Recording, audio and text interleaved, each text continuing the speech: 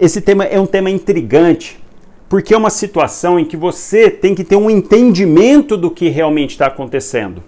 Então, quando chega um paciente com pancreatite, você precisa enxergar lá na frente, você precisa entender, olhar para o paciente, fazer a sua formulação da hipótese diagnóstico e entender a dimensão que a situação pode tomar. Então, para isso, você tem que ter um entendimento do que está acontecendo com o seu paciente.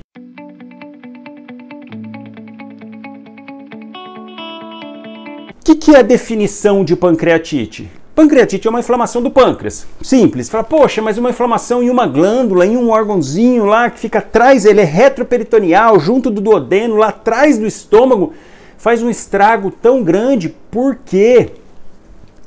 Essa inflamação que dá no pâncreas tem algumas causas que a gente vai discutir e ela repercute não só na glândula. Essa é a grande questão. Essa inflamação geralmente não fica restrita ali. E para a gente entender um pouquinho a dimensão do problema, a estimativa de 2014 do DataSUS é de 19 casos para 100 mil habitantes ano aqui no Brasil. Para vocês terem uma ideia, por exemplo, câncer de estômago, que eu até fiz uma aula na semana passada para o pessoal do 5º ano daqui da Universidade Federal, falei para eles, a média brasileira aí é 13 casos para cada 100 mil habitantes em homens, 7 casos para cada 100 mil habitantes em mulheres. Então, olha a dimensão disso. E a gente, se perguntar para vocês, perguntar para algum familiar, você já teve algum contato, já ouviu falar alguém com câncer de estômago? É relativamente comum, relativamente frequente. E olha a pancreatite, mais comum do que isso ainda. Acontece que aqui ainda entram pacientes que são subnotificados. Chegam com sintomas, não faz o diagnóstico, não tem exames e acaba não indo com o diagnóstico de pancreatite. Vai lá anotar no CID, colocar R10, dor abdominal, acaba não entrando na estatística. Então esse número provavelmente é maior. Nos Estados Unidos estima-se que 80 casos para cada 100 mil habitantes. Tudo bem que os fatores de risco lá, obesidade e tudo mais, colelitíase, lá aumenta por conta da obesidade. A população lá é extremamente obesa, quase 50% da população é obesa, não é nem sobrepeso, é obesa. Isso impacta, com certeza. Mas será que é tão discrepante assim aqui? 19 casos, lá 80, não, é que aqui faz menos diagnóstico do que lá. Mas enfim, é uma situação grave e que 10% dos pacientes evoluem de forma grave, muito grave. Então, esse é um número relevante, porque de cada 10 pacientes que chegam com pancreatite, um tem uma evolução muito ruim. Se você não identificar, não agir, esse paciente vai morrer provavelmente. Então é um dado muito importante. E sem falar que de morbidade, de paciente com tempo de internação, chega a 50% em pancreatites de maneira geral. Para a gente entender, então, começar a entender essa dimensão do problema, realmente o que acontece no organismo, a gente precisa saber o que está acontecendo lá dentro da glândula. Então, olha só, aqui está o esqueminha do pâncreas, aqui a via biliar, vesícula, cístico, colédoco, desembocando, o colédoco entra dentro da cabecinha do pâncreas e sai aqui no esfíncter de Oddi, aqui na papila, na segunda porção do duodeno. Determinadas situações podem fazer com que o fluxo de enzimas digestivas produzidas dentro do pâncreas, que elas não consigam sair, que elas sejam impedidas no caminho de sair. Então, assim, de maneira geral, litíase biliar é uma dessas situações.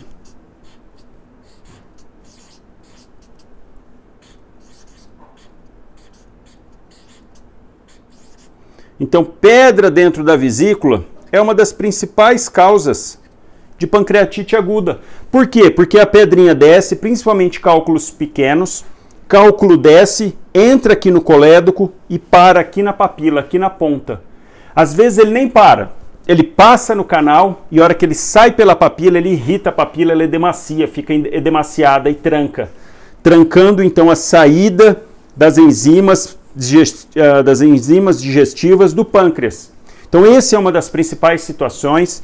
Uma coisa para vocês, isso seria uma outra live falar de colelitíase, mas pedrinha na vesícula, ela dá problema quando ela é muito pequena ou quando ela é muito grande, é o extremo. Quando é pequenininha, pode descer pelo canal, e quando tem acima de 2 centímetros é um fator de risco para desenvolver câncer na vesícula. Então, assim, de maneira geral, mesmo com pacientes assintomáticos, Tem os critérios, indicações, mas de maneira geral, tender a fazer colecistectomia, mesmo se o paciente for assintomático. Mas eu não vou entrar em detalhes sobre isso. Essa é uma causa muito frequente de pancreatite. Outra causa, álcool. Ingesta exagerada, 3 a 4 doses de destilados por dia, mais de 15, 20 anos bebendo diariamente, é um fator de risco principalmente para pancreatite crônica, mas pode fazer uma crônica agudizada ou pode desenvolver uma pancreatite aguda realmente. Outras causas importantes também, aumento do triglicérides,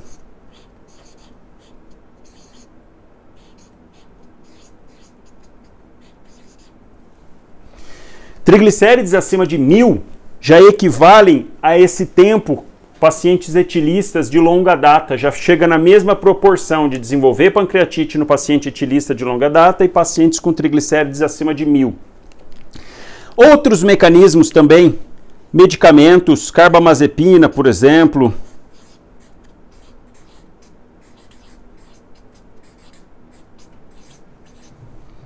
medicamentos comuns, tricíclicos pode fazer, carbamazepina pode fazer e tem ainda causas idiopáticas que a gente não consegue definir.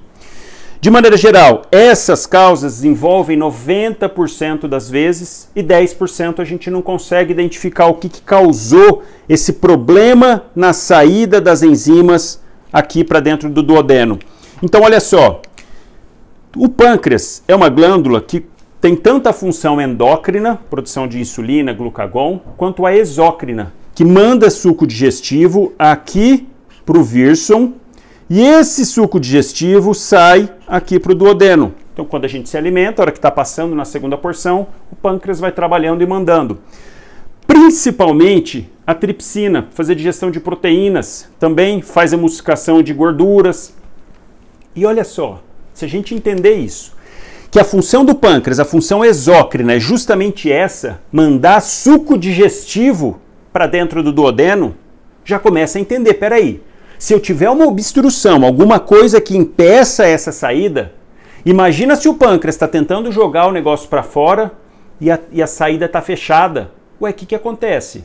Começa a fazer digestão do próprio órgão, então olha a situação, é algum distúrbio, seja ele a litíase, seja o álcool que lesa diretamente as glândulas, seja o aumento do triglicerídeo, porque na hora que ele é transformado em ácido graxo livre, esse excesso de ácido graxo livre satura a albumina, que a albumina geralmente vai junto, ele satura e essa saturação por si só causa lesão lá no ácino, aqui no pâncreas.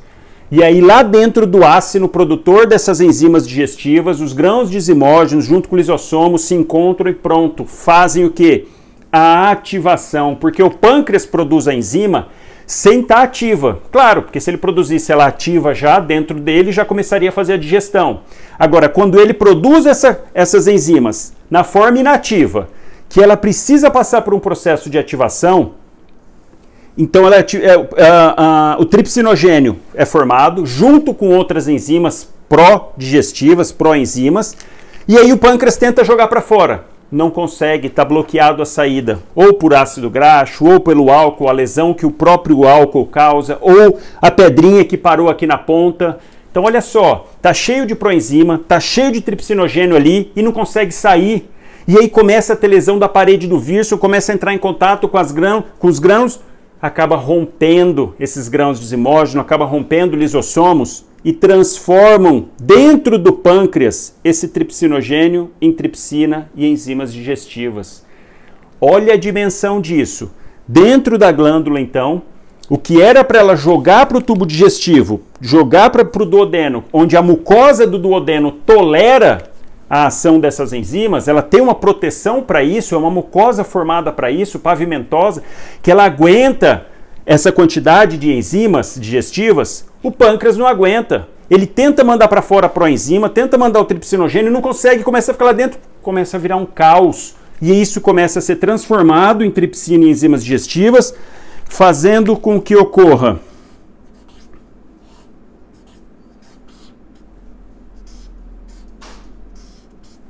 apoptose celular, e inflamação intensa do órgão.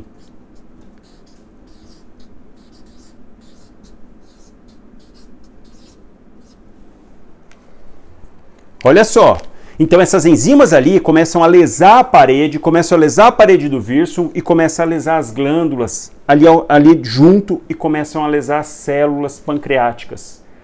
Isso gera um processo inflamatório tamanho ali no local, porque são enzimas digestivas que vão corroendo literalmente gordura, proteína, tudo que está ao redor, inclusive comunicação com o vaso sanguíneo.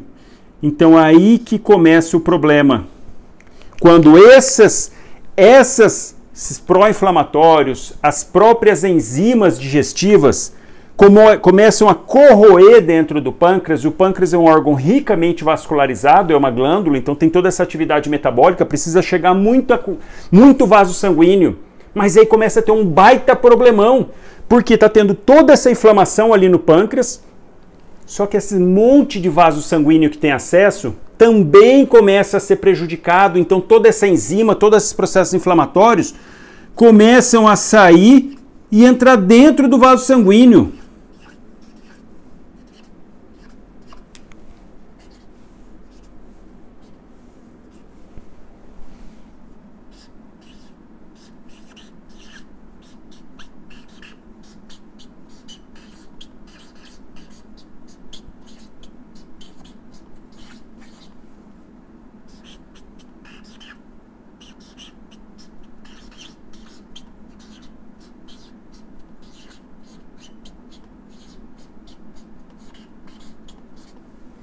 Então olha que loucura. Uma coisa que está acontecendo aqui dentro do pâncreas, que está prejudicando, formando um processo de inflamação, de autodigestão do pâncreas, começa a não ficar mais só restrito ao pâncreas, caindo esse monte de enzima digestiva, caindo esses pró-inflamatórios que eram para estar só ali no local. Imagina tudo isso caindo na corrente sanguínea e correndo no organismo.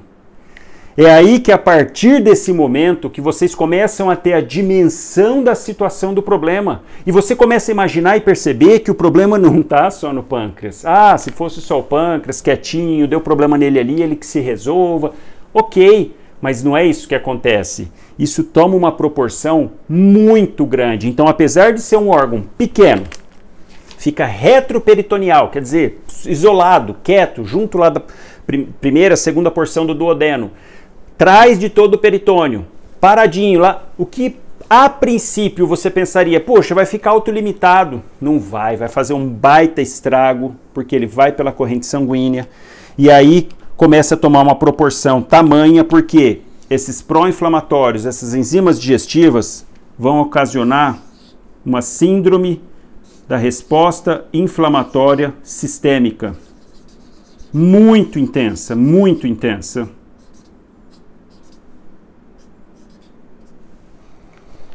Liberação de TNF-alfa, interleucina 6, interleucina 10, citocinas, ativador de macrófago, enfim, vira um caos o organismo. Porque isso começa a correr na corrente sanguínea, o organismo entra em colapso, o sistema imunológico, todo mundo fala, meu Deus, o que está acontecendo? Da onde está vindo tanta inflamação assim? E aí o resultado disso tudo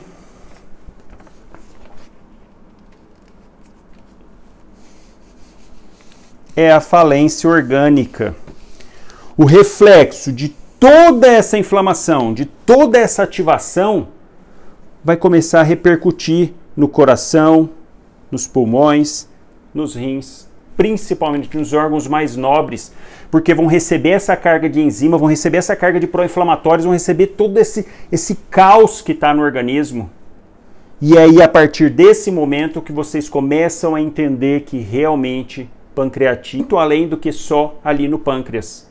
Por isso, de uma forma 10% do mal, e desses 10, 5 tem possibilidade real de óbito, de morrer. E você entendendo tudo isso daqui, você entende a dimensão que o negócio é muito além do que uma simples inflamação no pâncreas. Do que uma pedrinha que desceu, parou ali, ou então o cara que toma muito álcool, e a lesão direta que o álcool causa aqui na gordurinha, que causa ali no pâncreas, nos grânulos, enfim. Não. O negócio é muito mais que isso. Mas a partir do momento que você consegue identificar, que você de frente com o seu paciente consegue pensar nisso, de entender o problema, agora fica mais fácil da gente pensar o seguinte: tá bom, eu sei qual que é a dimensão de uma pancreatite, mas quando que eu vou suspeitar que meu paciente possa estar com uma pancreatite? Quando que vai me acender o alerta? Quando que vão brilhar as estrelinhas aqui para eu poder falar, não, esse paciente pode estar em pancreatite? É agora que a gente entra para falar, quando esse paciente chega, como que a gente vai fazer a suspeita? O que a gente precisa ter em mente para, conforme ele for falando a história, e você já começar a raciocinar dentro do leque de possibilidades de dor abdominal, que esse é o principal sintoma, claro, você já dentro da possibilidade de poder fazer o seu leque de hipóteses de diagnóstico e a partir disso você começar a pensar e levantar, opa, isso daí pode ser uma pancreatite. E aí a hora que levanta esse alerta, já vem na sua cabeça, meu Deus, inflamação, tamanho, escala brutal do organismo. Primeira coisa que você já tem que vir na cabeça. Como que você vai, o que vai te chamar a atenção?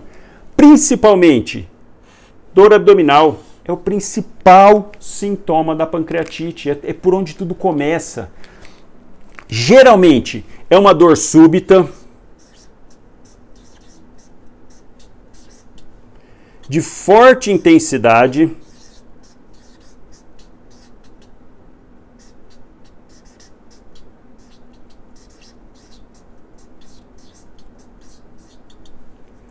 em faixa,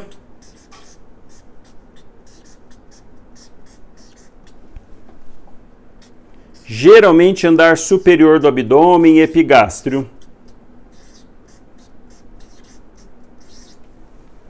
Essas são as características clássicas de uma dor de pancreatite.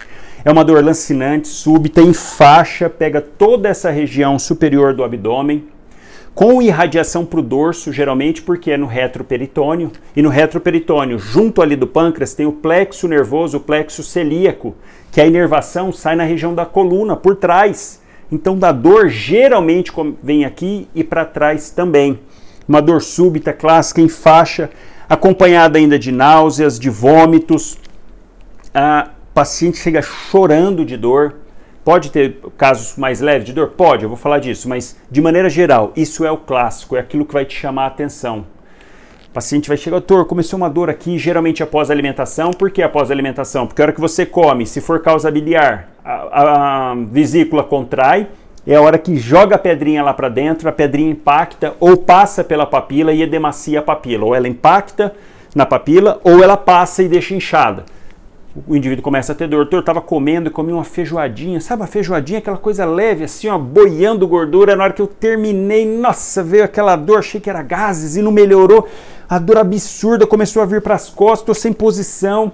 Tem até a famosa posição de prece maometana, que o indivíduo fica com o tronco para frente, ajoelha e fica com o tronco para frente. Por quê? Porque aí descola o peritônio, teoricamente, ali do retroperitônio, descola da parede e aí melhora. Pouca coisa, mas tende a aliviar a dor. Esse momento você precisa já ficar atento com esse tipo de sintoma, com esse tipo de dor. Podem ser outras causas? Pode, uma úlcera péptica pode fazer isso, a própria cólica biliar, quando a pedra só está impactando ali no infundíbulo da vesícula, pode dar esse tipo de dor? Pode. Uma outra coisa que pode ser desse jeito, que tem que tomar um pouco de cuidado, não é bem assim, mas é um diagnóstico diferencial. IAM de parede inferior pode fazer isso, irrita ali a região do diafragma, pode dar essa dor na região epigástrica. Então você tem que abrir esse leque nesse momento, mas isso daqui é o clássico. O paciente já chega desse jeito, chorando, sudoreico, porque além do sintoma de dor abdominal, geralmente a grande maioria dos pacientes chegam com sinais francos de SIRS, que é a síndrome da resposta inflamatória sistêmica. Quais são os parâmetros de SIRS? Frequência cardíaca acima de 90, frequência respiratória acima de 20, leucocitose acima de 12.000 ou maior que 10% de bastões. Ou ainda leucopenia menos de 4.000, mas enfim, para não ficar muita coisa. Entraria um quarto critério aqui, que é temperatura acima de 38,2, de febre. Apesar de ser uma reação inflamatória muito intensa, é incomum o paciente chegar com febre acima de 38. Ele pode chegar febrículo, mas febres altas, você tem que levantar a hipótese talvez de colangite e não pancreatite. Eu não vou entrar em detalhe, porque seria uma live para falar de colangite, a tríade de Charcot, penta de Raynaud. Então o que eu chamo a atenção para vocês? Esses três principais: frequência cardíaca aumentada, frequência respiratória aumentada e leucocitose. Geralmente, mais de 90% das vezes, o paciente chega com sintomas, sinais de SIRS. E aí uma coisa que você tem que levar em consideração que é muito importante: a intensidade da dor não tem relação com a gravidade.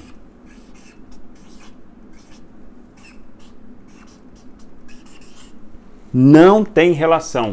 Porque a dor, primeiro, a dor é algo subjetivo. Segundo, dependendo da porção que acometeu o pâncreas, de qual local que ocorrer essa necrose, que ocorrer a autodigestão, pode estar mais perto, mais longe do plexo celíaco, então pode não pegar tanta inervação e ter menos dor, e mesmo assim ser um quadro muito grave.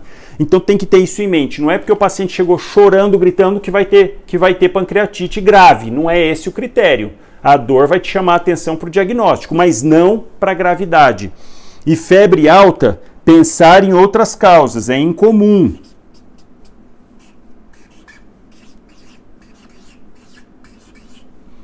Então pensar, pode ser uma pancreatite? Pode, mas pode estar evoluindo junto com uma colangite, está obstruído o colédoco, tem bactéria ali dentro, está fazendo colonização, enfim. Por quê? Porque apesar de ser um processo inflamatório, ele é asséptico, não é para ter bactéria na história no início. Tanto que isso é um dado muito interessante.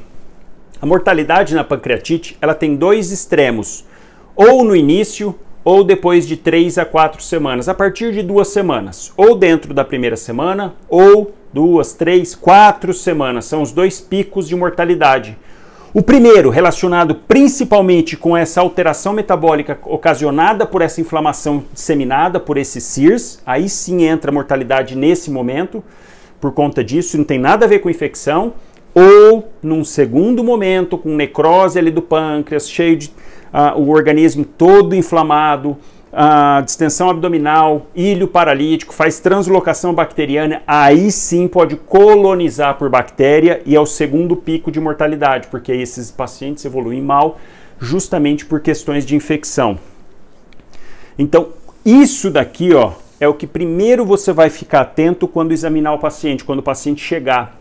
No exame abdominal, ele vai ter é difícil assim, tem paciente que tem quase sinais de peritonite, que você faz descompressão brusca, dá positivo, tem paciente que não, que o abdômen é meio inocente, pouquinho distendido, enfim. Você vai ter que examinar, levar em consideração SIRS, levar em consideração a dor, esmiuçar os dados dessa dor, se já teve episódio prévio. Ah, doutor, é que eu tenho pedra na vesícula, eu tô tendo crise direto, mas agora tá diferente porque essa dor não passa, tá em faixa ali, ó. Pega tudo aqui, antes era só aqui do lado, agora tá em tudo. Você já pensar, falou, peraí, se já mudou o padrão, tem que descartar pancreatite. Porque uma das principais causas é descer justamente a pedrinha pelo canal. E a partir do momento que você tem esse entendimento, que você entende como vai te chamar a atenção, o que vai te chamar a atenção? Um detalhe aqui que é coisa de prova, tal, que isso você não vê quase no dia a dia, é raro, mas é isso que às vezes eu critico um pouquinho, questão de prova, ficar pedindo rodapé. Às vezes o paciente chega com aquela famosa equimose periumbilical, famosa equimose de flanco, Gray Turner, isso é o que cai na prova. Como se você fosse ver todo o paciente com pancreatite com esse hematoma periumbilical ou em flancos. E não é, a gente sabe que isso não é a minoria. E só um adendo, por que faz hematoma? Porque pelo que a gente viu lá no início, a hora que faz a digestão do pâncreas, tem um monte de vaso sanguíneo lá dentro. Então a hora que ou essas enzimas vão entrar dentro do vaso sanguíneo e disseminar, ou ela pode romper um vaso sanguíneo e fazer hemorragia. Tanto ali no local, quanto essa hemorragia pode ser dentro do vírsum e exteriorizar, saindo pela papila, o paciente evoluir ou com hematêmese, ou com melena, ou enterorragia. Melena é quando as fezes ficam mais tempo dentro do intestino, e aí ela sai com aquela característica parecendo piche, com um odor bem característico. Quem já sentiu o cheiro de melena, você não esquece, é um odor característico, intenso, forte, que vamos falar assim, é sangue digerido, se é que dá para usar esse termo. Ou, às vezes, ele sai com enterorragia. Mesmo se a hemorragia digestiva é alta, porque aqui a gente está falando do lado do duodeno, hemorragia digestiva alta, pode sair sangue nas fezes e não melena. Então, não ficar com isso. Ah, não, se ela em cima vai fazer a digestão do sangue, vai sair sempre como melena? Não, pode aumentar o fluxo, pode aumentar o peristaltismo por conta do próprio sangue e ele sair sangue vivo. Então, não descarta. E esse sangramento, então, acontece justamente por digestão do vaso sanguíneo ali, ele rompe e sangra. Ou ali para o local, se ele sangrar para o local, ele dissemina pelo reto peritônio e acaba chegando nessas localidades, por isso que dá o hematoma. Como que a gente vai confirmar, então? Estou de frente com o paciente, ele chega com essa história bem sugestiva, dor intensa, início súbito, em faixa, forte intensidade, fala que melhora quando inclina o tronco para frente, você já, opa, peraí, como é que é? Melhora quando faz, melhora, e dói assim, irradia aqui para as costas, já, tô entendendo, já levanta a suspeita. Então você já levanta no leque seu de diagnóstico essa possibilidade. E aí você vai precisar confirmar essa possibilidade ou não, você vai precisar fazer o diagnóstico. E como é que a gente faz o diagnóstico, então, de pancreatite? Já que o paciente está ali na nossa frente, está com sintoma, está ali chorando, você precisa identificar o problema, porque você já passou na sua cabeça, fala, caramba, se for pancreatite, já sei tudo a história, nossa, o organismo mega inflamado. Ok, mas você precisa confirmar que seja isso, porque a partir do momento que você identifica realmente qual é o problema, e você conhece o problema, porque agora a gente já conhece o que é pancreatite. Como que você confirma? Com valor de amilase ou lipase maior do que 3 vezes o normal de referência. Para isso, você vai ter que solicitar o exame e vai ter que estar num local que tenha lipase e amilase. Eu sei que no interior, dependendo da cidade, eu fiz plantão já fora, em outras cidades, não tinha, dificilmente. Teve época, por exemplo, aqui na capital, fazendo plantão em UPA, de não ter lipase nem amilase, você fica vendido, porque você não consegue bater o diagnóstico. Porque qual que seria o terceiro critério? Fazer algum exame de imagem. E o exame de imagem te mostrar que o pâncreas está inflamado, está edemaciado, ou tem necrose, ou tem uma coleção ao redor do pâncreas. Então a terceira coisa seria exame de imagem confirmando.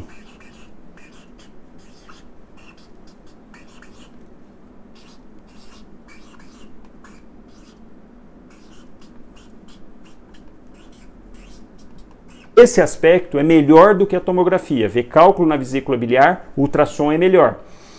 Agora, para ver realmente o pâncreas, a tomografia é bem melhor, porque principalmente o paciente que está com pancreatite, ele faz ilho paralítico, fica com gases nas alças, então na hora que vai fazer o ultrassom é difícil ver lá o retroperitônio, acaba atrapalhando isso. Então o ultrassom nesse momento é desidratado, eu vou falar um pouquinho ali na conduta, porque acaba tendo sequestro de líquido no terceiro espaço, ele perde para o retroperitônio, enfim. O paciente está mal, você percebeu, está com sinais de Sears bem intenso, está com sintoma típico. Você vai dar a conduta, que é o que a gente vai falar depois, você vai dar o tratamento e vai encaminhar esse paciente. Olha, eu não tenho condições aqui de afastar ou falar que é ou que não é uma pancreatite. Se for pancreatite, vai precisar ficar internado. Como eu não tenho exame, vai precisar de qualquer forma encaminhar. Você faz a sua parte ali e encaminha, porque você não pode ficar com essa dúvida e o paciente pode ir evoluindo mal. Para isso, a gente vai falar um pouquinho ali, você tem que ter alguns parâmetros para você saber se esse paciente vai evoluir mal, não vai, se é caso de ir para UTI ou não. Então, nesse tipo de situação, você levantou a hipótese de pancreatite, sabendo que pancreatite pode ser algo muito grave, você encaminha o paciente. Olha, eu estou com o paciente aqui, uma dor abdominal típica, parece pancreatite, tudo. Não tenho amilase, não tenho lipase, não tenho tomografia, não tenho ultrassom, nada. Fiz isso, que a gente vai falar da conduta. Fiz a conduta padrão, ó que legal. Fiz a conduta padrão para pancreatite, mas eu não tenho diagnóstico. Preciso encaminhar, porque para poder confirmar ou não, porque se não for, vai ter que ver qual que é o outro diagnóstico diferencial. É uma úlcera duodenal, uma úlcera péptica duodenal, é pode ser até uma coledocolitíase que não está evoluindo com pancreatite, mas dá dor desse jeito também, o paciente ainda pode não estar ictérico. Enfim, você vai precisar do diagnóstico, ou excluir ou confirmar. Para isso você encaminha. Mas o que já vai te chamar a atenção? A história, o exame físico, sinais de Sears, e você ter na cabeça a dimensão que pode tomar se for uma pancreatite. E esse é o problema. Você está atendendo lá no local, Você está lá no seu posto de saúde, no UBS, no PSF, enfim, atende um paciente com uma dor abdominal relativamente típica, mas que não está com tantos sinais exuberantes de CIRS, está mais ou menos, e você subestima isso. Ah, não, vamos passar um Buscopan? Toma um Buscopan aqui. Ah, tá nauseando, é muito frequente paciente com náusea, vômito, com uma pancreatite. Ah, toma ali um Plasil, toma um Buscopan, faz um 500 de soro, faz um sorinho ali, depois você libera o paciente. Porque nem tem a dimensão do problema se aquilo for pancreatite. E aí ele manda o paciente embora, acaba o horário dele, ele vai embora. O paciente volta à noite, no outro dia mal, muito mal, com sinais de CIRS exuberante, mal, desidratado ao extremo, e ele nem fica sabendo. Então essa é a grande questão. Quando a gente não tem a dimensão do problema, você subestima os sintomas, porque você não pensa na possibilidade. Igual quando chega um IAM, você tem a possibilidade de pensar, poxa, se for de parede inferior, tem que tomar cuidado com morfina, tem que tomar cuidado com nitrato. A pessoa não sabe, ela não sabe que isso é um problema, que pode ter, ela vai fazendo medicação. E aí não vê que mais prejudica do que ajuda. Então a gente tem que ser na medida.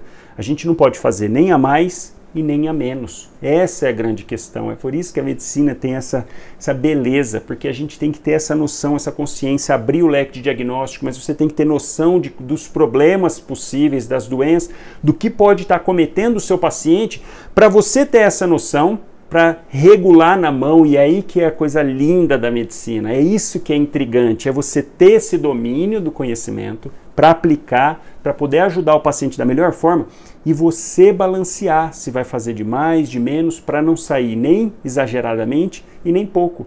Para não sair fazendo de tudo de medicação, já vi isso acontecer, faz isso, faz um Monab clássico no IEM, era um IEM de parede inferior, falei, peraí, mas já chegou meio hipotenso, calma lá. Você não pode fazer nem a mais nem a menos, porque também tem o outro lado, atender uma pancreatite, não, faz um Buscopanzinho, faz só um Plasil, daqui a pouco dá uma melhorada, aí o paciente dá uma melhorada mais ou menos, fala, não, é isso aí, alguma coisa que você comeu, indigestão, nem existe isso, é indigestão, você está com uma indigestão, já melhora, poxa, subestima, depois o paciente volta, é gravíssimo. Então você tendo essa noção, mesmo se no local não te der a possibilidade total do diagnóstico, que aqui envolve exames, infelizmente, mas você tendo a consciência, tendo a dimensão do problema que isso pode tomar, você não bobeia, você age da forma correta. Então o segundo passo é a gente confirmar o diagnóstico. E quando você tem essa possibilidade de confirmar o diagnóstico, você parte para o terceiro passo. Que o terceiro passo é você avaliar qual a gravidade dessa pancreatite, porque ela pode evoluir de maneira tranquila, como ela pode evoluir de maneira não tão tranquila para grave. E você precisa ter essa dimensão se você vai ficar com o seu paciente. Então você está num hospital de uma cidade do interior, tem lipase, tem amilase, chegou um paciente com dor abdominal, a dor é intensa, você caracteriza como uma possibilidade de ser uma pancreatite, você faz amilase, faz lipase, está 3 vezes acima o valor de referência. Você vai olhar lá, depende do laboratório, mas de maneira geral, amilase acima de 115 já está alterado, então quando a gente coloca 3 vezes mais, acima de 345 é que você começa a considerar, porque o valor de referência é até 115, mais ou menos. E a lipase, o valor de referência é até 240, 250, dependendo do laboratório. Então, 750 para cima seria o valor que já te confirma como pancreatite. Então, você está lá, você atende, você faz, tem mais de 6 horas de evolução, porque isso é outra coisa, eu vou falar um pouquinho ali para frente. Com 3 horas começa a elevar, e aí a partir de 6 horas que você começa a realmente detectar. Então, às vezes o paciente chega com 2 horas de evolução, você colhe amilase e lipase e dá negativo. Está menos do que 3 vezes o valor de referência. Fala, então não é. Não, calma, ela demora 6 horas para começar a aparecer e ter um pico em 24 horas. Mas olha só, então você está lá, esse paciente vai ficar lá, é um hospitalzinho até relativamente organizado, tem ali um exame de imagem, você pede para um colega fazer um ultrassom, ele faz, vê que tem cálculo na vesícula, consegue ver o pâncreas, fala que tem demasiado, legal, fez o diagnóstico. Por quê? Dor abdominal, mas exame compatível, ou dor abdominal, mas amilase e lipase aumentado, fecha o diagnóstico. Dos 3, você tem que ter 2. Fechou o diagnóstico, esse paciente vai ficar lá. Será que vai ficar lá? Você tem UTI? Não tenho. Preciso necessariamente encaminhar? Depende. Por quê? Você vai olhar o seguinte, tem falência orgânica? Isso é o que tem que vir na sua cabeça. Porque a gente já entendeu, já sabe a dimensão do problemão que pode dar. já sabe que aquela inflamaçãozinha marota, aquela inflamaçãozinha ali no pâncreas, você fala, poxa, uma inflamaçãozinha no pâncreas, uma glândulazinha ali, ó. Não, essa inflamação pode dar uma baita reação no organismo. E aí você precisa ter parâmetros para isso, para saber se está tendo essa repercussão toda no organismo ou se não está tendo. Para isso você tem que avaliar falência orgânica. Tem falência orgânica? Não. Se não tem falência orgânica, é uma pancreatite leve. Opa, esse aí eu posso conduzir, esse aqui eu vou deixar aqui no hospitalzinho, vou fazendo as medidas, vou acompanhando. Agora, tem falência orgânica. Opa, então você já classifica ele para uma segunda parte. Essa falência orgânica tem evolução, resolve, melhora com menos de 48 horas? Sim, então é moderadamente grave.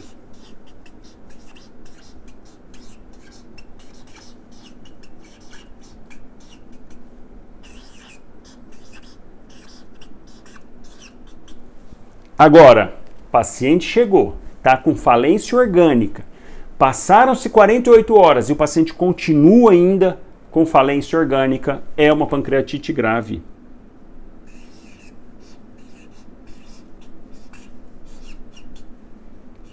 E aí? E aí que esse paciente tem até 50% de chance de morbimortalidade. É um número muito alto. Esse aqui você vai encaminhar com certeza, porque não está evoluindo favoravelmente. E olha um detalhe, né? Ó, ou é leve ou moderadamente grave. Não é moderada, é grave já. Moderadamente grave. Ou então realmente grave. Essa classificação de Atlanta de 2012. Isso que é engraçado. Pancreatite, você entende isso, você compreende que, opa, é verdade. Ou ele vai dar realmente leve, foi ali um pedacinho só do pâncreas, foi só um edemazinho de papila discreto que causou uma necrosezinha ali pouquinho do pâncreas, ou só um edema. Isso é leve, ok. Ou não, puxa, pegou uma boa parte do pâncreas, bastante, necrosou, teve lá, pegou uma área extensa, derrubou líquido para ao redor do pâncreas, poxa, moderadamente ou grave. Agora, tá, mas como que você faz para avaliar essa tal falência orgânica? A gente precisa ter parâmetros para isso, para poder avaliar se esse paciente está em falência orgânica ou não. Para isso, você pode usar vários scores para isso. O próprio SOFA você pode usar. Lembra que tem o Q-SOFA, Quick-SOFA para sepse, que ele é mais prático, porque são 3 parâmetros, e tem o SOFA completo, com 7. É um ótimo parâmetro para você usar. Existem os critérios de Rasson, também é muito bom.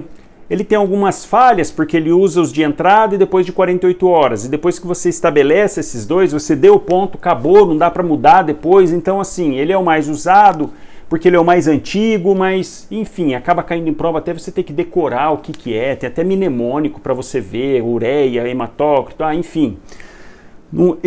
Isso eu acho desnecessário você decorar um por um, porque isso dá tempo de você pesquisar. É uma coisa a menos para você guardar, para você se ocupar na cabeça, para você prestar atenção em outras coisas que não dá para pesquisar, que você tem que estar mais atento.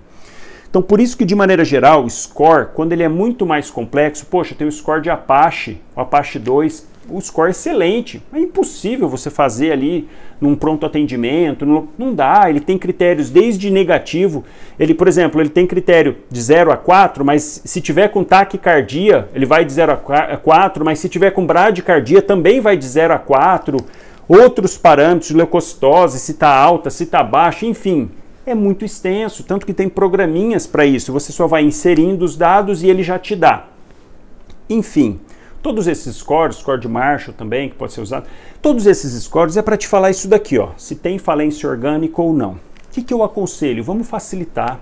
A gente sabe, medicina não é fácil, mas pode ser mais simples. Então vamos deixar mais simples porque fica mais eficiente do que tentar abraçar todo o conteúdo, falar, poxa, eu vou falar tudo de pancreatite aqui, você tentar abraçar aquele mundo de informação, mas é hora que está de frente com o paciente você não consegue, fica perdido por tanta informação. Não, vamos facilitar? Como que a gente vai olhar a falência orgânica? Vamos ser objetivos, você está de frente com o paciente, vamos ali, ó, resolver da melhor maneira possível. Vamos olhar os órgãos mais nobres, lembra do desenho da primeira página? Coração, pulmão e rim. São os 3 órgãos e entraria também sistema nervoso central, mas isso você, conforme vai pegando o dia a dia, poxa, chegou um paciente que está sonolento, que está com o Glasgow já um pouquinho rebaixado, caramba, isso sempre vai te chamar a atenção, em qualquer situação. Então nem coloquei sistema nervoso central, mas chega lá, o paciente está prostrado, sonolento, poxa, isso já te chama a atenção de imediato. Agora, o que você vai levar em consideração? Na parte cardiovascular, que vai te chamar a atenção, principalmente paciente hipotenso, então com uma PA sistólica abaixo de 90, isso já vai te chamar a atenção. Falou, caramba, o paciente está hipotenso, opa, já levanta aquela, não é nem uma pulguinha atrás da orelha, é um carrapatinho atrás da orelha. Outra coisa que vai te chamar a atenção, sinais de choque. Eu já fiz uma live sobre choque, inclusive, mecanismos do choque. Aqui entra o choque distributivo. Se você não viu, vai lá no canal do YouTube, tem lá várias lives e essa é uma delas, os mecanismos do choque. Eu explico exatamente quando é um, quando é outro, o que a gente faz. Aqui é um choque distributivo, então o paciente vai chegar... Sinais de choque, o que é basicamente? Hipoperfusão tecidual. Você vai ver lá, tá com cianose de extremidade ou tá com um enchimento capilar diminuído, você, opa, peraí que a coisa não tá legal não. Então, paciente que já chega hipotenso, chega com sinais de choque, você não tem dúvida de que está com falência orgânica no sistema cardiovascular. Você não tem dúvida, está hipotenso, está com sinais de choque, o paciente está mal, está ruim. Pulmonar, o que vai chamar a atenção para a gente no sistema pulmonar?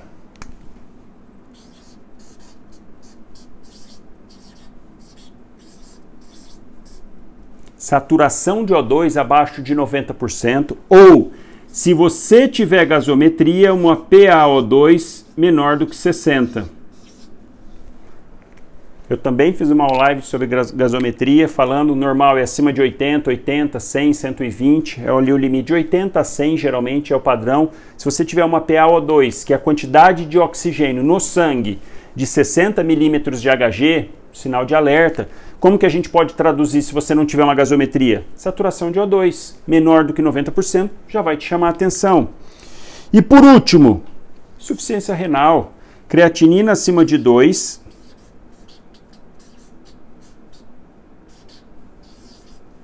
ou paciente oligúrico. Você pode perguntar, falar, seu fulano, quando foi a última vez que o senhor urinou? Ah, doutor, hoje não urinei ainda. Olha só, o cara chega lá de tarde, algumas horas de evolução, o cara não urinou nenhuma vez. Fala, ah, doutor, começou ontem à noite, um pouquinho de dor, fui deitar e acordei à noite doendo, desde aí fiquei tentando achando que era gás, fui andando, caminhando, a dor não melhora, não urinei. Acordei hoje e não urinei nada. Opa, tá. Interessante, legal. Não precisa nem esperar a creatina. Poxa, o paciente está oligúrico, está perdendo líquido para o terceiro espaço. Então essas situações vão te chamar a atenção. Um adendo aqui do pulmão. Pulmão é um caso à parte, interessante na pancreatite. É muito comum o paciente fazer derrame pleural à esquerda na pancreatite, fazer infusão de líquido no pulmão, pelos próprios pró-inflamatórios, lesando ali o pulmão diretamente e as próprias enzimas digestivas. E aqui ainda entra uma outra ativação de uma enzima, que é a fosfolipase A. Ela vai lá no surfactante do pulmão. Lembra que tem as células tipo 2 nos alvéolos pulmonares, que produzem um líquidozinho que chama surfactante, que reveste o alvéolo internamente. Para quê? Para ele não colabar, para ele diminuir a atração que a água tem uma pela outra. Porque se não tivesse, a hora que a gente expirasse todo o ar, o alvéolo ia colabar. Agora, o surfactante não deixa ele colabar, como se fosse um óleozinho ali dentro. Na pancreatite, produz uma enzima que vai atacar justamente o surfactante. Então, aumenta a chance desse paciente fazer atelectasias, embases e principalmente derrame à esquerda. Por quê? Pela posição que tem o pâncreas, ele acaba bloqueando alguns linfáticos. E esses linfáticos entupidos acabam extravasando para dentro do pulmão. Ou ainda, pode fazer uma fístula pela localização ali junto do diafragma do lado esquerdo, ele pode fazer uma fístula para lá e também derrubar líquido ali no pulmão. Então isso é uma coisa à parte que você tem que ficar atento.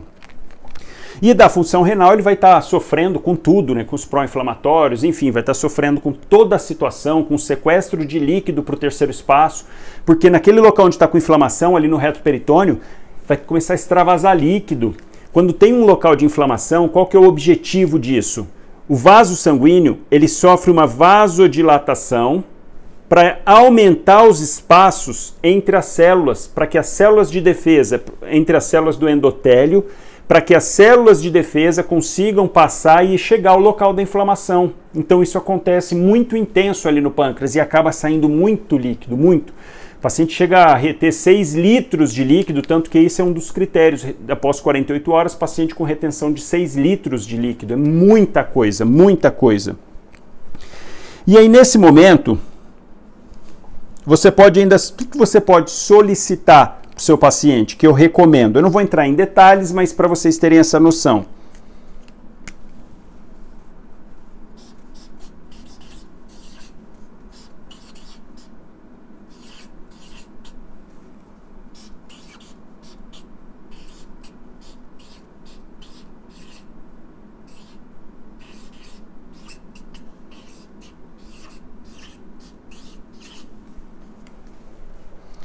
E se você tiver um local com possibilidade, para esses pacientes com falência orgânica, pedir tomografia sempre.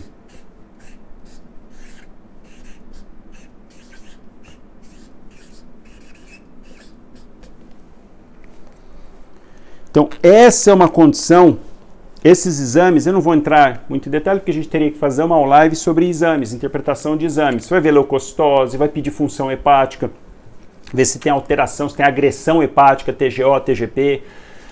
Diferença um pouquinho de função hepática para agressão hepática. Função hepática você pediria TAP, a plaqueta também mostra, proteína, enfim. Você vai pedir o básico para você ter uma noção do estado geral desse paciente, do grau de disseminação dessa inflamação. Porque nesse primeiro momento é isso que está acontecendo, é justamente inflamação. Não tem infecção. Então você, através desses exames, você consegue ter essa noção. O raio-x de abdômen agudo vai te mostrar o tórax, é tórax, PA, abdômen, em pé e deitado.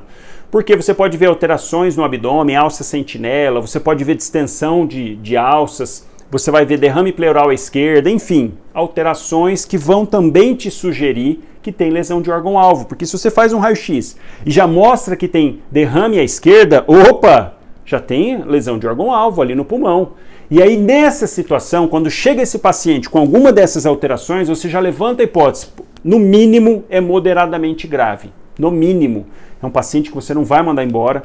Se ele tiver com estado geral não tão ruim, mas você percebeu que tem essa alteração, esse paciente você não vai mandar embora. Nem no leve você também não vai, porque você tem que reavaliar 24, 48 horas, ver se melhorou a dor, se dá para comer, eu vou falar ali no tratamento. Mas olha só. Se você está num hospital, tem recurso, mas não tem muito. Se esse paciente chega com alguma lesão de órgão-alvo, falência orgânica, você já, levanta a hipótese. Você fez depósito de pancreatite. Você pode segurar esse paciente. Você vai pedir os exames, você vai avaliar, você vai entrar com as medidas terapêuticas e vai avaliando a cada 6 horas, vai acompanhando, vai vendo. Por quê? Ele pode, em 48 horas, resolver o processo, melhorar. Estava com um pouquinho de derrame pleural à esquerda, ou estava com uma atelectasia, você fez uma VNI, um CPAP, melhorou, expandiu aquele pulmão, você hidratou, ele começou a urinar, melhorou, 48 horas estabilizou, não está tendo dor, ok, você não precisa encaminhar necessariamente. Agora, se esse paciente ali, você entrou com as medidas iniciais, 6 horas, o paciente continua ruim, 12 horas, piorando, você não vai esperar, falar, tô com uma pancreatite grave aqui, preciso de CTI. Se você estiver num local que tenha, você vai encaminhar esse paciente para CTI, não tenha dúvida. Fala, olha, o paciente não está evoluindo favoravelmente. Um paciente que tem tendência a piorar, então a gente tem que ficar atento. E aqui eu vou colocar para vocês, só como adendo, os critérios de Hanson. O score, aliás, você pode lançar a mão, e a parte 2.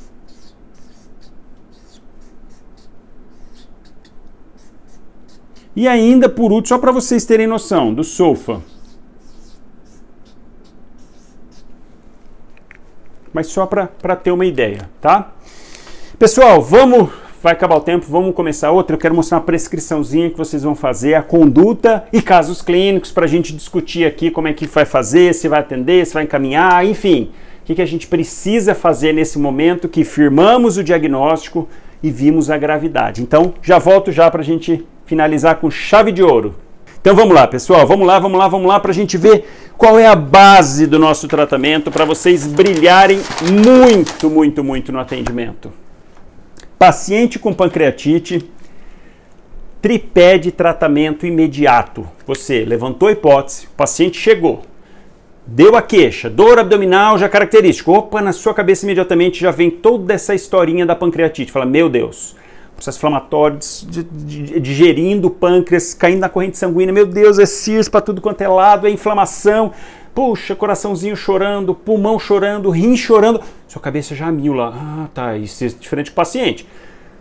Tá legal, você faz a amilase lipase. Lá em cima, você, puxa, eu achava que era, não queria, é pancreatite. Então o que já tem que vir na sua cabeça imediatamente? Jejum.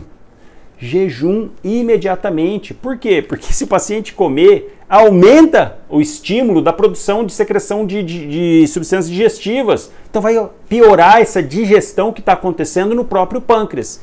Então esse é o pilar inicial. Antigamente, deixava-se até o paciente vários dias em jejum, passava NPT, que é nutrição parenteral total, deixava o paciente uma semana em jejum. A gente não faz mais isso, mas ainda assim, inicialmente, você precisa deixar o paciente em jejum. Primeira coisa, jejum. Esse jejum, então, nos casos mais leves, você pode deixar ele no mínimo 12 horas,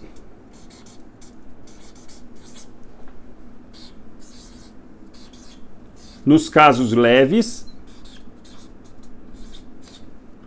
e nos casos graves, moderadamente ou graves, né?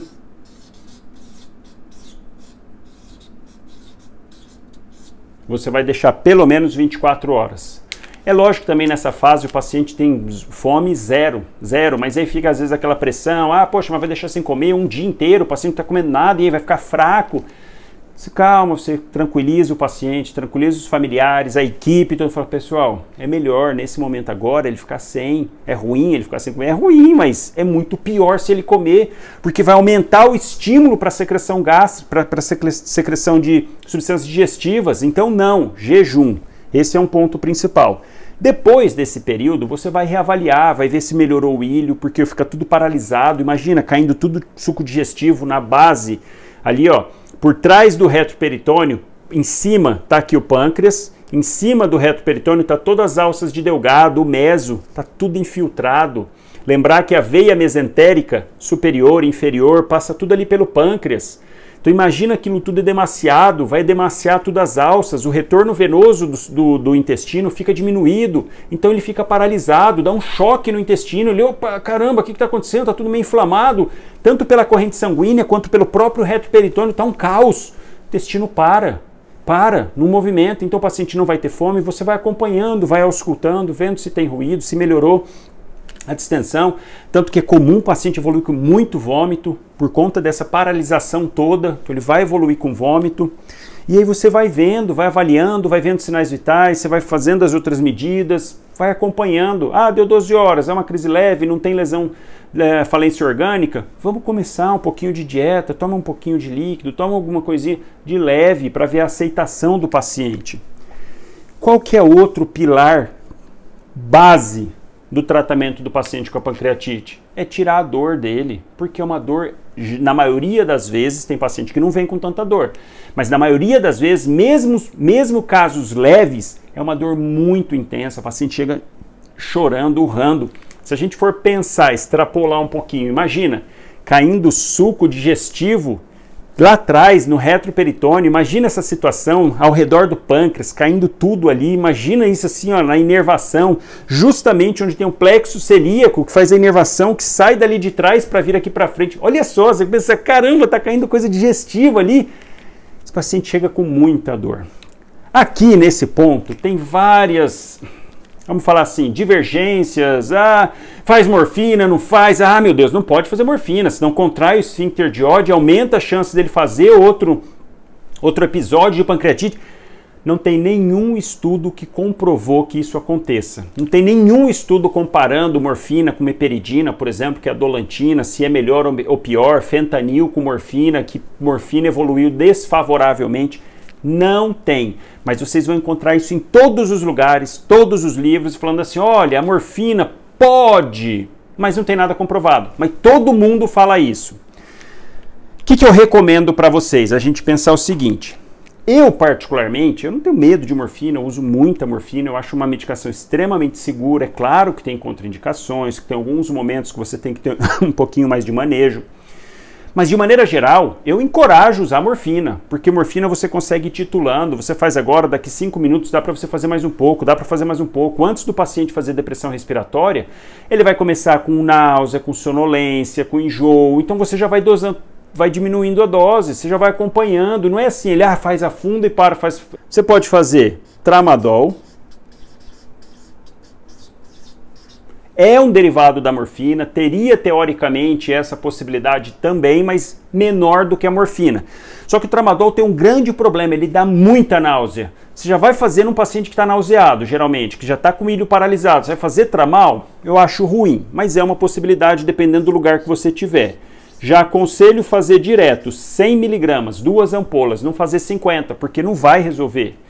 E aí você tem um problema, porque se você fizer 100 mg e não resolver a dor, não dá para você repetir a dose. O ideal é esperar pelo menos de 4 a 6 horas. E às vezes pode ser que o paciente continue com dor. E não se deve misturar opioides diferentes.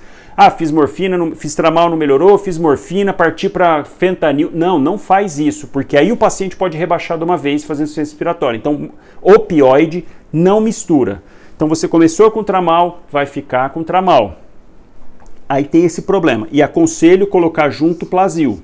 Você já vai pôr normalmente ou Dramin.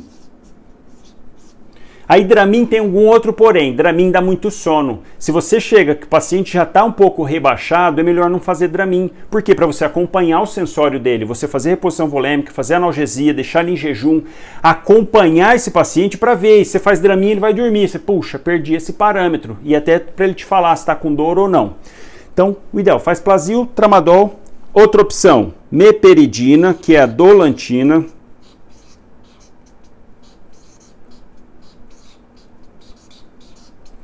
Eu, particularmente, isso é coisa minha, eu não gosto de usar meperidina. Usei muito pouco até hoje na minha vida, eu nunca gostei. É a famosa dolantina, causa dependência muito fácil. Eu peguei muito mais, hoje eu vejo muito menos, mas peguei na época que eu formei, que eu atendia, muita gente viciada em dolantina indo pronto atendimento. Muita gente, muita. Doutor, vim aqui e tal, tem uma dor que não melhora com nada, eu só melhoro com aquele remedinho. E eles falam, era clássico, o paciente chega, doutor, tem uma dor de cabeça, ou tem uma dor não sei aonde, uma dor na coluna, que só melhora com um remedinho, eu não lembro o nome. Ele fala assim, para não falar que é dolantina, senão já fala que ele está viciado. É um remedinho que dá, aí você fala assim, morfina? Não é morfina, morfina tem uma alergia. Tramal? Não, a tramal também eu não fico muito mal, não é esses daí não, é dolantina, eles fazem isso. Então eu peguei muito paciente viciado em dolantina, eu não gosto de usar dolantina. Ele deixa o paciente vendo coisa, com alucinação, num barato realmente, que às vezes também nessa condição você não quer que o paciente fique assim, mas... Tem livros que recomendam você fazer mais dolantina do que morfina. Eu, se tiver os dois, eu faço morfina, mas fica a critério de vocês fazer um dos dois. Qual que é a dose da meperidina, da dolantina? Você pode fazer de 50 a 150 miligramas. Tem ampola de 50 e tem ampola de 100. Dolantina mesmo, que é o nome comercial, é de 100. Aí tem Dolamil, que é de 50. Você pode fazer de 50 a 150, de 6 em 6 horas. Então, vou até pôr aqui o horário. Tramadol também você pode fazer 100 de 6 em 6, pode um pouquinho de 4 em 4, dependendo. Dolantina você pode fazer de 4 em 4, 6 em 6 ou 4 em 4. E morfina.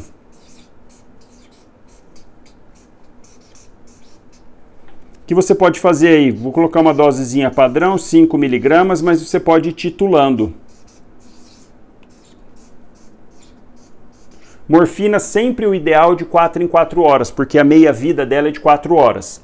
Sabe uma vantagem que eu acho da morfina? Você dilui lá na seringuinha, eu coloquei na prescrição. Você fala assim, ó, faz 2 miligramas, dali 5 minutos, não resolveu? Faz mais 2.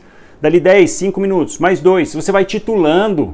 Então dá para você ir fazendo uma dose mais baixa e vendo a resposta. É muito melhor. Eu acho particularmente muito melhor. Causa hipotensão, pode dar um pouquinho de náusea? Pode, mas você faz lentinho, faz bem lento.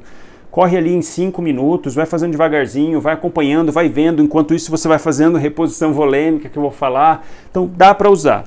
Você pode usar fentanil também. Nessa situação, você pode fazer uma dosezinha de fentanil que ajuda, só que fentanil tem que ter muita mão ali, cuidado, porque o paciente pode fazer insuficiência respiratória, tá?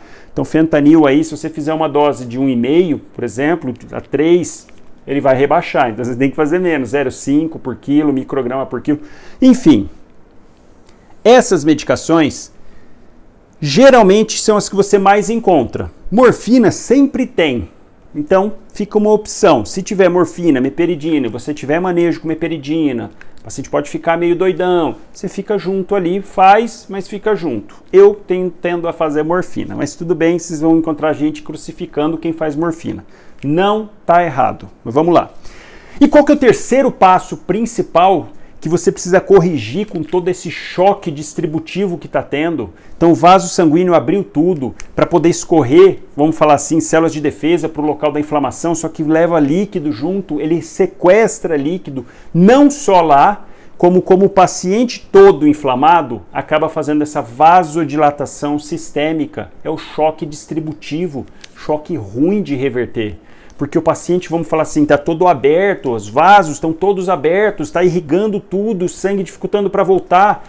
Com isso vai gerar sinais de choque, má perfusão periférica e isso também, pacientes predisponentes podem fazer insuficiência cardíaca. Paciente que já tem algum comprometimento, com esse monte de pró-inflamatório agindo no coração, diminuindo o débito cardíaco, o retorno venoso, vai diminuir o débito cardíaco, o paciente pode fazer um choque cardiogênico junto. Nesse momento, você fazer essa reposição volêmica é imperativo, porque você tenta ajudar um pouco, a aumentar o retorno venoso, até para ajudar o próprio coração e para o organismo ir dando conta daquela situação toda. Por quê? Conforme ele vai ficando em estado de choque, má perfusão periférica, vai piorando a condição. Ele está todo aberto, todo em choque distributivo, está com má perfusão, porque não está dando conta, não tem volume suficiente dentro do vaso, o volume está todo fora. Cada minuto que passa assim, o paciente vai piorando a função renal, vai piorando a função cardíaca, piorando o pulmão. É aí que está a questão, que você tendo essa condição, que é o que eu disse, mesmo se for num local que não tenha recurso. Poxa, mas você sabendo disso, você vai chegar jogando volume nesse paciente, vai chegar agindo o máximo para ajudar o organismo. Qual que é o esqueminha que você vai usar aqui? Ou soro fisiológico, ou Ringer lactato. Não usar coloide, mas coloide não tem na maioria dos lugares, só tem hospital, mas então você usa soro fisiológico. Você vai fazer uma dose de ataque de 20 ml por quilo em 30 minutos. Pode chegar, paciente de 70 quilos pode fazer 2.000 de volume. Esqueminha de 2 ml por quilo por hora em 24 horas. Então vocês vão ver que um paciente de 70 quilos, você vai fazer quase 5.000 de volume, mais até da 3.300 e pouco, você vai fazer mais de 5.000 de volume para esse paciente na chegada. E às vezes precisa você colocar mais. Às vezes você precisa colocar mais volume ainda, porque perdeu tanto volume, ele ainda está tão inflamado que você vai ter que ir jogando volume, e vendo, claro, acompanhando. Mas esse é o esqueminha de uma analgesia boa, deixar de horário e fazer reposição volêmica. Porque nesse momento, fazendo isso, é o que você está possibilitando que o organismo reaja. É você estar dando todas as ferramentas possíveis para que o próprio organismo supere aquela condição. Isso, então, de certa forma, a gente fica um pouco passivo diante da situação. Fica, mas desde que você tenha feito o mínimo. Porque se você não fizer isso daqui, poxa, você está sendo negligente, porque você não está dando mínima condição para o paciente. E cada minuto, cada hora que ele passa sem receber reposição volêmica, urrando de dor, olha o tanto de estresse que desencadeia no organismo a dor. Então libera mais ainda para inflamatórios, libera mais catecolamina, acaba piorando toda a condição do paciente.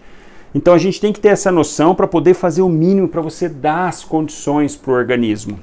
Aqui entraria uma outra discussão que eu não vou entrar muito no mérito, que é fazer ou não antibiótico. Essa também é outra discussão. Parece que diminui a mortalidade, porque diminui a possibilidade de infecção, porque aqui a questão é você fazer antibiótico profilático. Não tem infecção nesse primeiro momento. Você descartou, por exemplo, uma colangite, uma colecistite, você descartou, então não tem infecção, é só inflamação. Mas essa inflamação, a área do pâncreas, principalmente quando tem necrose, pode fazer translocação bacteriana.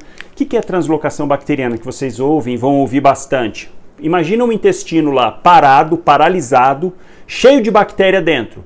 Essa bactéria que estaria com fluxo de fezes, com fluxo de bolo fecal passando, de líquido entérico, estaria lavando, essa bactéria estaria sob controle.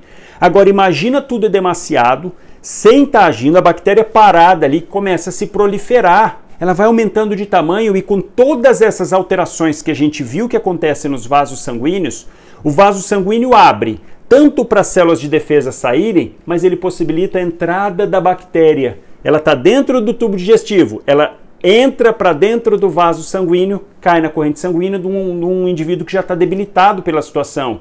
E essa bactéria corre, pode ir para o pulmão, pode ir lá para o pâncreas, porque no local onde está o auge da inflamação, que é no pâncreas, é onde está recebendo a maior carga de volume, de sangue, de tudo, está tudo vasodilatado ali. Então a chance da bactéria migrar pela corrente sanguínea e cair para lá no pâncreas é maior, porque é ali que está recebendo o máximo de fluxo. Lembra, o pulmão está sofrendo, não está recebendo muito fluxo sanguíneo. O rim está sofrendo, não está recebendo. O coração está dando conta ali, ó, vai parar justamente lá no pâncreas. Isso depois de 2, 3 semanas. E aí essa bactéria lá mata o indivíduo depois nesse segundo momento. E aí entra essa discussão, fazer ou não fazer antibiótico. Enfim, você tendo esse conhecimento, aí fica lindo para brilhar na prescrição. Vocês não, eu vou mostrar, mas com certeza vocês iam brilhar numa prescrição assim. Como que você vai fazer então atendendo o paciente, pessoal? Pancreatite aguda, prescrição do médico na prática, que você está ali ó, de frente, está ali para fazer a medicina prática, para resolver o problema do paciente da melhor forma possível. O que você vai fazer para ele? Para um pacientezinho de 70 quilos, só para a gente ter essa ideia, essa noção. Primeira coisa, jejum, a gente já sabe, 12 ou 24 horas, mais cabeceira elevada, de 30 a 45 graus. Isso é interessante, porque o paciente já está com o pulmãozinho sofrendo. Se ele ficar deitado, é pior. Tanto que a gente está vendo hoje que uma das medidas do Covid é você pronar o paciente, deixar ele de barriga para baixo, porque isso melhora a ventilação. Então aqui nessa situação você já ajuda o pulmão dele, deixa ele levantado um pouco. Isso melhora retorno venoso, tudo. Analgesia. Só um adendo para depois partir para IM e depois VO. Mas o que eu acho mais importante, ao invés de você só ficar decorando isso, é você entender a lógica dessa prescrição, por isso que eu ponho na sequência da lógica que a gente viu até agora. Então, ó, jejum, primeira coisa, chegou, não come mais nada. Já sei que o problema é lá, cheio de enzima, zero de comida. O paciente está urrando de dor, vamos tirar a dor dele. Meperidina.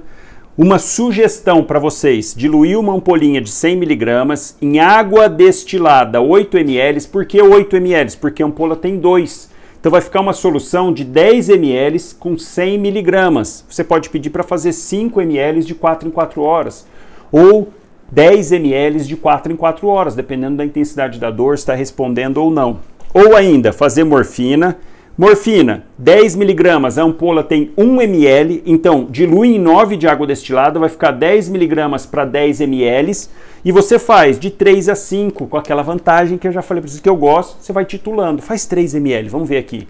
Tá urrando de dor, fez 3, deu 5 minutos, e aí, doutor, melhorou muito pouco, faz mais 3. Faz mais 5, faz mais 2, vai titulando, você vai levar paciente pequenininho, 50 quilos, não, faz 2 mg, dali depois mais 2, você vai fazendo. Então essa é uma vantagem boa, mas aí entra, por isso que está com asterisco aqui, aquela questão de aumentar a possibilidade do esfíncter, enfim. Terceiro passo, tiramos a dor, a gente deixou em jejum, a gente tirou a dor, vamos expandir esse paciente, vamos dar volume, vamos fazer volume para ele. Paciente de 70 quilos, vamos fazer 1.500, seria 1.400, está ótimo. Paciente de 100 quilos, você vai fazer 2.000 de volume, 1.500 ml em 30 minutos. Bora para correr. Soro fisiológico depois. Olha um esquema. A gente teria que fazer 2 ml por quilo por minuto nas primeiras 24 horas.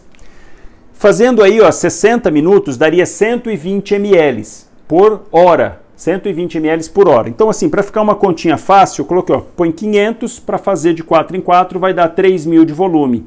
E a gente já tinha dado 1.500, então dá 4.500, tá? Você já pode pôr lá e vai acompanhando. O antibiótico entra, deixei até com um asterisco aqui, discussão. Se for fazer, o que eu recomendo?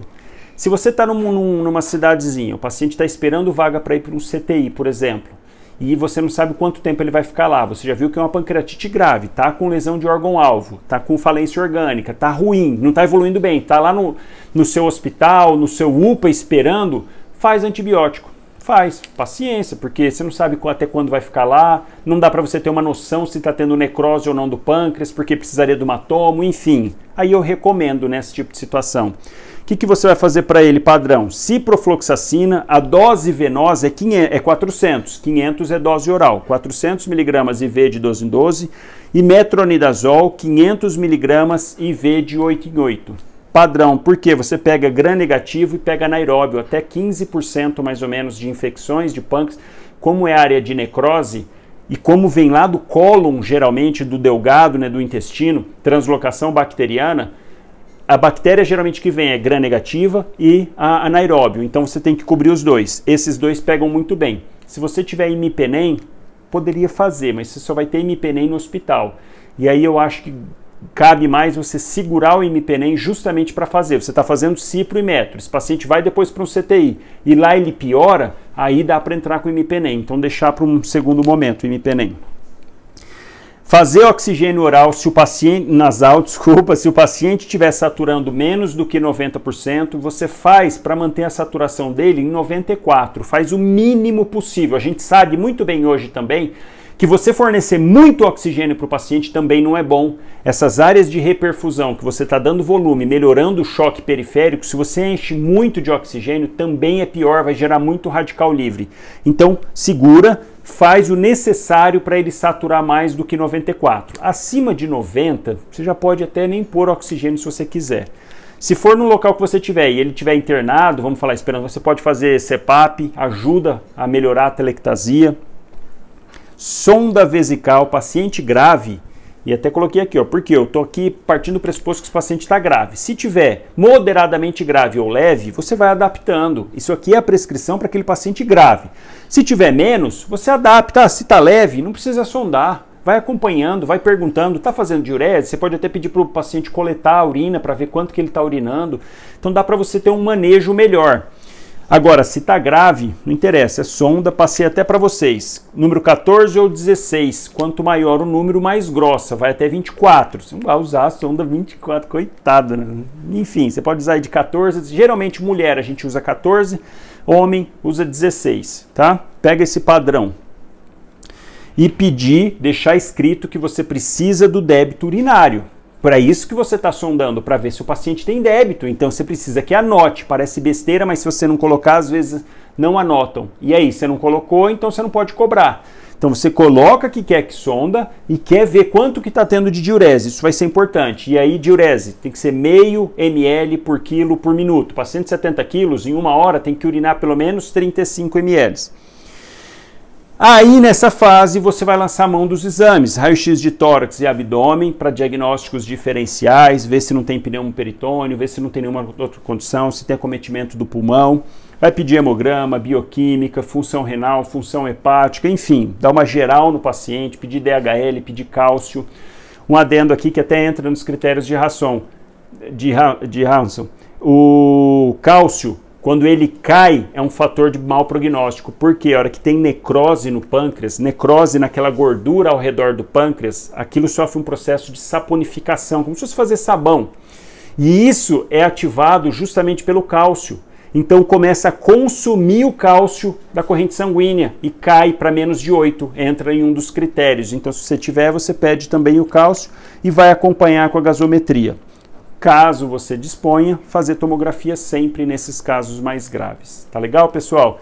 Então assim, ó, você fecha o raciocínio todo do que a gente discutiu com a prescrição, porque você entende, sabe a situação, sabe o que está se passando e sabe o que o paciente precisa.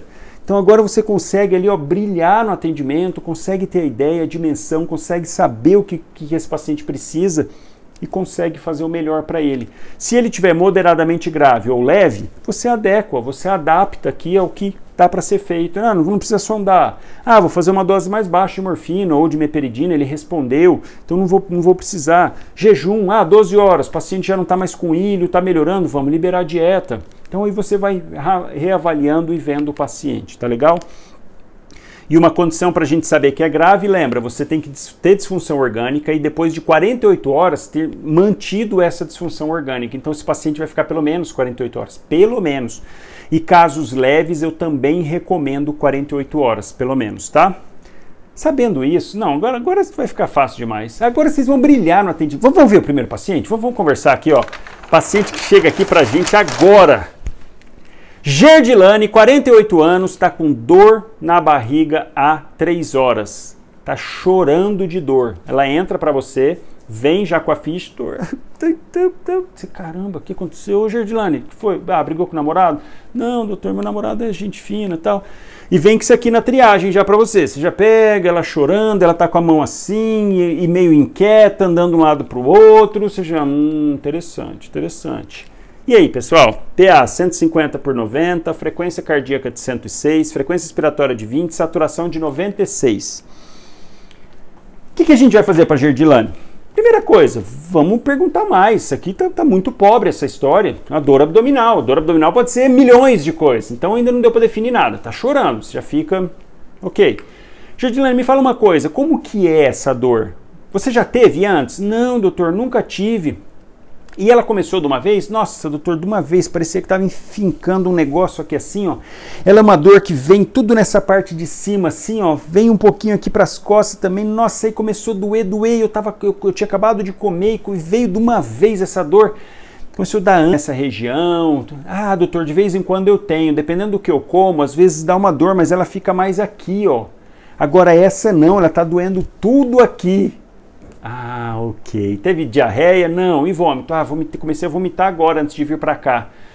Você já fica assim, né? Falando, caramba, tá taquicárdica, uma dor importante, 3 horas de evolução, em faixa, radiação pro dorso, início súbito, forte intensidade. E ela falou, doutor, nunca senti uma dor dessa na vida.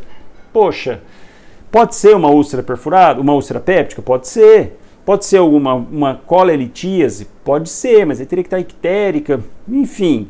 Mas você já tem que pensar em pancreatite, você já tem que ficar com aquilo na cabeça. Falar, caramba, uma dor tão intensa, em faixa, com essas características, eu tenho que descartar a pancreatite. Vamos pensar, não vamos fechar o diagnóstico? Ok, mas eu preciso saber. Por quê? Sua cabeça já fica a mil. Sears. Ela está taquicárdica, já é um ponto de Sears, frequência respiratória de 20, opa, tá no limite ali, você fica meio, peraí... Frequência cardíaca está aumentada porque pela dor também pode aumentar, pode, mas é uma situação que você não vai mandar embora. Vamos examinar esse abdômen? Ela deita, você percebe que está um pouco distendido, tem dor à palpação em andar superior, mas com descompressão brusca negativo, não tem descompressão brusca, quer dizer, você vai lá, ausculta, tem o ruído diminuído, caramba... Tá cheirando, vai dar uma olhadinha na mucosa, você fica na dúvida se ela tá, porque icterícia inicial de dor súbita, que impactou um cálculo ou que fez uma oclusãozinha, até 2, 3 de bilirrubina, geralmente você não consegue ver clinicamente. Pacientes de coloração parda, negro, também é mais difícil. Então você fica ali assim na dúvida, caramba, será que ela tá um pouquinho ictérica? Mas você já fica atento. Para quem viu essa live já sabe o que pode acontecer se for uma pancreatite, você já não vai mandar embora o paciente, você já vai ficar aqui, opa, peraí, isso aí não é só gases, isso aí não é só uma indigestão, não. Então o que a gente vai fazer? Vamos fazer o seguinte, vamos fazer medicação, como está com uma dor intensa, vamos usar um opioide. Pensando já em morfina ou em pancreatite, dá pra gente pensar nisso. Então vamos lá para uma prescriçãozinha aqui, ó. Primeira coisa, a gente não sabe o que está acontecendo, jejum. Não sabe. Segunda coisa, vamos avaliar como é que tá os sinais de hidratação. A princípio tá hidratada, tá com uma pressão boa, Você pede para ela abrir a boca, tá com a saliva um pouquinho diminuída, mas ela teve vômito também, enfim, você já começa, vamos fazer um planinho de hidratação, não vamos entrar com tudo, porque ela não tá com sinais aí de gravidade, nesse primeiro momento. Então vamos fazer aqui, ó, um sorinho fisiológico, caramba, por cima, 500 ml, IV. Sabe o que você pode fazer que ajuda? Já colocar uma metoclopramida aqui, ó, ela tá nauseada, né? Então vamos colocar, ó, metoclopramida, que é o Plasil, 10 miligramas. Você pode pedir para correr aí, ó, em 20, 30 minutos. Põe dentro lá no soro e pode correr em 30 minutos. E aí, o que a gente vai fazer de analgesia para ela? Tá com dor intensa. Podemos fazer meperidina, tramadol, não sei, entre tramadol e morfina eu prefiro morfina, ela tá nauseada já. Mas tá bom, vou colocar meperidina aqui para meio termo aí, vamos lá. Então vamos lá, meperidina. Vamos supor que lá a ampolinha seja de 50 miligramas, você vai colocar o valor, 50 miligramas. Por isso que é outra coisa que eu chamo de detalhe, às vezes a gente vê prescrição assim, ó, a metoclopramida, uma ampola. Meperidina, uma ampola. Não, tem ampola de 100, tem ampola de 50, você tem que especificar qual a miligramagem que você quer. Eu quero de 50 agora. Então vou colocar numa água destilada, vamos colocar 8 ml, essa ampolinha de 2 também, então 8 ml, porque eu fico com uma solução de 50 miligramas em 10 ml. Pode fazer os 10, pode fazer IV lento. E avisar ela, falou, ó, pode dar um pouquinho de vertigem, você pode ficar com um pouquinho de alucinação vendo coisa, ficar um pouco eufórico, da medicação é normal. E aqui cabe bem, ó, a gente suspeitou, levantou a hipótese, entramos com as medicações base, que são as 3 padrão aqui, ó, já começamos bem. O volume a gente vai vendo, vamos ali, ó, dosando, vamos fazendo, depois que fizer esses 500, vamos pôr mais 500, vamos vendo. E aqui cabe já a gente fazer o diagnóstico, que é o segundo passo. É a gente identificar através da dor, fazer o diagnóstico. A gente precisa saber se é ou não é. Então vamos supor que você está num lugar que tem. Vamos pedir dosagem de amilase. É lógico que você vai pedir hemograma, bioquímica, já todo completo. Mas vamos lá, amilase. Vamos supor que a amilase, que eu falei que o normal é até 115, vamos supor que ela venha 200. 250. Opa. Olha um adendo, 3 horas. Tanto a amilase quanto a lipase, elas começam a aumentar mesmo com 6 horas, de 3 a 6 horas. Então ainda não deu tempo, provavelmente ela está aumentando, olha só, já deu 250. Ela atinge um pico em 24 horas. As duas, lipase e amilase. Começam a subir com 3 a 6 horas, atingem um pico em 24 horas, 48 horas. Então, aqueles casos que já passaram um pouco mais de tempo, você perde essa janela. Enquanto isso é a amilase. A lipase, ela pode durar aí até 7 dias.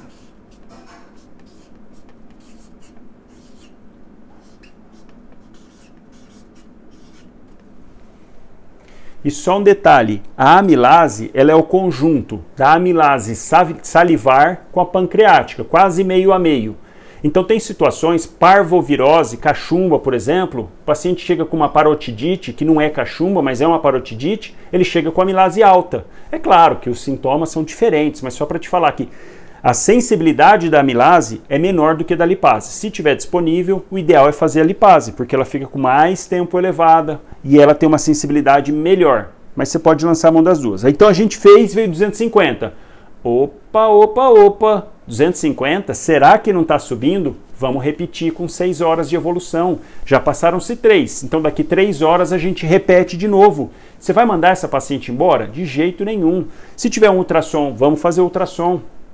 Vamos fazer dosagem de bilirrubina, de fosfatazocalina, gama-GT, para ver se são as enzimas canaliculares, para ver se está tendo obstrução da via biliar. Porque se o cálculo está lá ainda, fosfatazocalina, gama-GT vão estar alto, e aí já acende e fala, puxa, tem pedra ali no colédoco, ou passou, enfim, é uma paciente que você não vai mandar embora, você tem que encaminhar porque lá para frente ela vai ter que fazer colecistectomia, vai ter que tirar a vesícula, que é o principal foco de cálculo para pancreatite nesses pacientes. Mas olha só, é um caso a princípio leve, mas que a gente já entrou com as medidas importantes, iniciais, para brilhar para ela, tirar os sintomas, já fizemos volume, vamos reavaliando, deixar em observação. Se tiver um ultrassomzinho, fazer um ultrassom vai ajudar para ver se tem cálculo, se não tem. Perguntar na história, ver se ela tem história de hipertrigliceridemia, se ela toma bebida alcoólica, falou que não, se toma medicação, nortriptilina, amitriptilina, carbamazepina, que são medicações que podem fazer. Tem uma gama de medicações teóricas que podem fazer. Primeiro ponto, você tem que descartar que seja vesícula. Esse é o primeiro ponto. Até prova o contrário, pancreatite você tem que associar a cálculo da via biliar. Tirando isso, segundo mais frequente, álcool. Se o paciente não bebe nada, partir para triglicérides. Pacientes com mais de 1000 de triglicérides é um candidato. Teve um paciente, eu me lembro bem na residência de cirurgia geral, quando eu fiz, um paciente que chegou com 15.000 de triglicérides. 15.000. Sendo que acima de 160, 190 já é alto, né? O paciente chegou com 15.000. Por que eu me lembro desse caso? Era um cara novo, 30 e poucos anos. A gente atendeu, ele estava CIRS violento, tinha já sinais de sepse grave, de pancreatite grave no início, já agimos, entramos com medicação, ele chegou rápido lá no hospital que eu fiz residência, a gente já encaminhou ele para UTI, paciente jovem, caramba, processo inflamatório brutal, fez tomografia, já tinha uma área grande de acometimento do pâncreas, depois de 48 horas fez uma necrose intensa no pâncreas, a gente repetiu acompanhando. Depois de 3 semanas, entrou com antibiótico profilático, depois de 3 semanas ele infectou, e aí tem algumas coisas, eu não vou aprofundar aqui, mas se você fazer punção para diagnóstico, realmente você está infectado, ou na tomografia, se tiver presença de gás lá dentro, sugere infecção, é a condição que você tem que operar. Pancreatite inicial não se opera, tem que esperar 2, 3 semanas e confirmar uma suspeita muito forte de que seja infecção. Se você opera no início, você leva a infecção para lá e aí sim você prejudica o paciente. Então, a gente acompanhando junto e vendo, e aquela pressão, caramba, opera, não opera, fala, calma, vamos esperando. Aí a hora que ele fez a necrose, a gente operou. Quem tiver a oportunidade de ver isso, se você entra, o pâncreas, ele é molinho. Hoje mesmo teve uma cirurgia no HU, aí eu até mostrei o pâncreas ali para R2 que estava, para o R1. A gente fez uma colectomia direita e você expõe a cabeça do pâncreas. Você palpa assim, ele é uma consistência característica assim. Ele é molinho, de maneira geral. Quando acontece pancreatite, assim, você entra, a gente fazia isso, você passava a mão assim, ó, parecia manteiga, literalmente, parecia sabão. Fica assim, porque faz saponificação, então a gente passando, tirando com a mão o resto de pâncreas, assim, uma massa necrosada, a gente tirando, deixamos o dreno, lavando, enfim. Infelizmente esse paciente foi a óbito. E eu me lembro não só por conta de tudo isso, que já vários pacientes eu me lembro de situações dessas, mas olha o que me chamou a atenção nesse caso. Esse paciente ele internou com o nome do irmão, ele era foragido, aí ele internou com o nome do irmão, com os documentos do irmão, eu não lembro se eles eram gêmeos ou se eram muito parecidos. E aí quando ele foi a óbito, deu um baita problema, porque o atestado de óbito foi no nome do irmão. Aí o pai veio, chegou lá no hospital, eu lembro disso, ameaçando. Poxa, como que vocês cometem um erro desse? Aí falou, não, mas peraí, como assim? Vocês trocaram o documento? Falou, a gente trocou? Peraí. Aí fomos ver, tem todas as cópias, né, dos documentos do paciente para ele internar no prontuário. Tava tudo com as cópias do irmão. Falou, não, peraí, as cópias são aqui do irmão. Ele deu esse documento aqui. Aí o pai, então, aí o pai já começou, não, é que, aí ele contou, que na verdade ele tá foragido e agora a gente precisa do outro. Aí eu não sei se é o exato o desfecho, mas o jurídico do hospital ia chamar a polícia, porque é estelionato, o cara se passando e o irmão sendo conivente, enfim.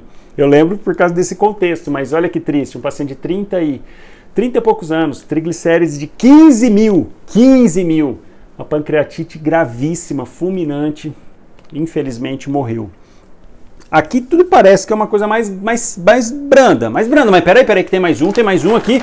Quem que tá aqui agora?